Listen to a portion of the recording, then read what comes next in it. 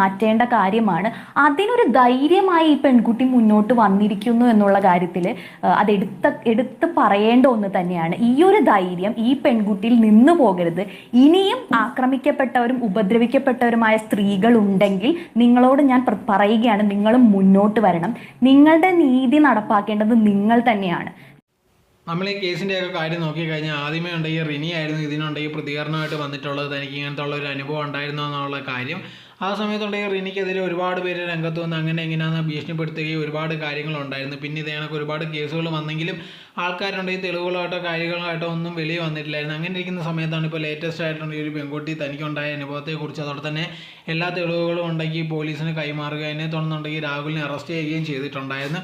ഇപ്പോൾ എന്തായിരുന്നാലും ഈ വിവരം അറിഞ്ഞപ്പോഴാണ് ഇതേ കണക്കുണ്ടെങ്കിൽ പറയുന്നത് ഇതേ കണക്കത്തുള്ള ധൈര്യം ഉണ്ടെങ്കിൽ എല്ലാവർക്കും വേണം. ഇതേ കണക്ക് ആര് ചൂഷണപ്പെട്ടിട്ടുണ്ടെങ്കിലും തീർച്ചയായിട്ടും അവരുണ്ടെങ്കിൽ നടന്ന കാര്യങ്ങളെല്ലാം തുറന്നു പറഞ്ഞ് തീർച്ചയായിട്ടുള്ള കാര്യങ്ങൾ ഇങ്ങനെ ചെയ്താൽ മാത്രമേ ഇങ്ങനത്തുള്ള ആൾക്കാർ പിടിക്കപ്പെടുത്തുള്ളൂ എന്നുള്ളത്.